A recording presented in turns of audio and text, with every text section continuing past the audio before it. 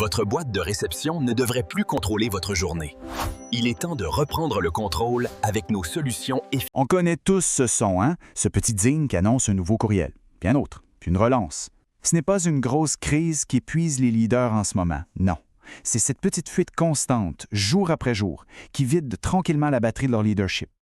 On a l'impression d'être en plein contrôle de nos projets, de nos équipes, mais la vérité, c'est que bien souvent, c'est notre boîte de réception qui mène le bal. C'est elle qui dicte le rythme de la journée, qui choisit les priorités et qui, au final, gruge qui fait la force d'un leader. Sa présence, sa clarté, puis sa patience. On se dit souvent « Ah, c'est juste un petit courriel rapide », mais c'est pas vrai. Chaque notification, c'est une petite fissure dans notre concentration. Une seule, c'est pas grave. Mais 50 par jour, c'est comme un robinet qui goutte sans arrêt. Ça finit par vider complètement notre réservoir d'attention.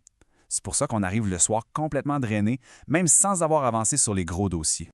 Et ce coup-là, il est bien réel. Tenez-vous bien, 28 % de la semaine de travail. Pour que ce soit plus clair, là, c'est comme si chaque jeudi midi, on fermait la shop pour ne faire que répondre à des courriels jusqu'à la fin du vendredi.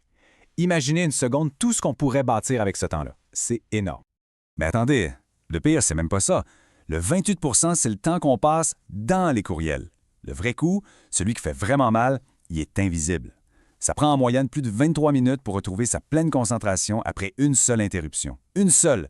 C'est un effet domino qui démolit la productivité de toute une journée. Et on pense que ça s'arrête le vendredi à 5 heures? Pas du tout.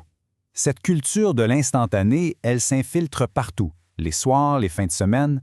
Le problème, ce n'est plus juste une question de productivité. Ça devient une question de charge mentale, de notre capacité à déconnecter pour être capable de bien reconnecter et de mieux diriger. Bon, c'est bien beau de constater le problème, mais comment on s'en sort de ces cycles-là? Pour que ce soit concret, j'aimerais vous raconter l'histoire d'Élise, une directrice générale brillante, super compétente, mais qui était littéralement en train de se noyer. Cette phrase qu'Élise nous a dite, ça résume tout. Elle était devenue, sans s'en rendre compte, le goulot d'étranglement de toute son organisation. Chaque décision, chaque validation, chaque petite question devait passer par elle. Sa plus grande force, sa réactivité, était devenue sa plus grande faiblesse. Ça paralysait son équipe. La solution, ce n'était pas de viser le fameux Inbox Zero, qui est un mythe en passant, c'était de bâtir un véritable système pour protéger son attention.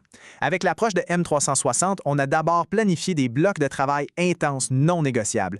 Ensuite, on a utilisé des outils comme le LPR pour déconstruire son réflexe de répondre à tout de suite. Et enfin, on a clarifié les rôles avec l'outil Compass pour que chaque question se rende à la bonne personne et pas juste à elle. C'est une approche 360 qui s'attaque aux racines du problème. Et le résultat, wow! Comme elle le dit si bien, le but, ça n'a jamais été de travailler moins, c'était de retrouver l'espace mental pour travailler mieux. Ce silence intérieur, ça lui a permis de passer de simples gestionnaires d'urgence à une véritable leader stratégique. Et l'histoire d'Élise, ça nous amène à la question fondamentale. Parce qu'un déluge de courriels, ce n'est presque jamais un problème de manque d'information. C'est un symptôme. Le symptôme d'un manque de clarté dans l'organisation. Et faire cette distinction-là, ça change absolument tout.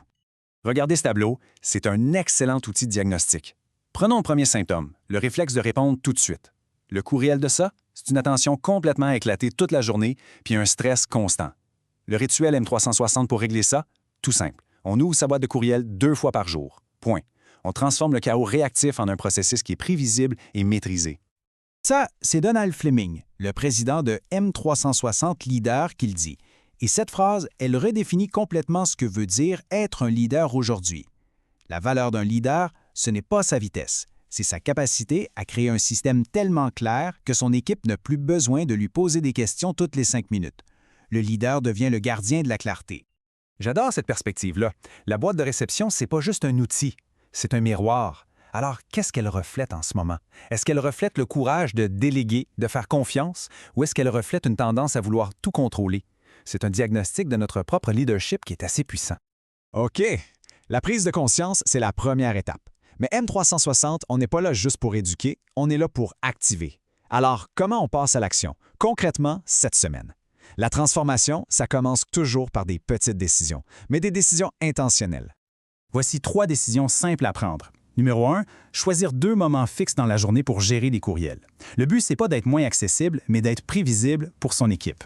2, identifiez un seul type de courriel qui vous irrite, qui revient tout le temps, et transformez-le en règles claires pour tout le monde. Et 3, avant d'accepter une réunion, posez-vous la question, quelle décision précise doit sortir de cette rencontre? Si la réponse est floue, la réunion est probablement inutile.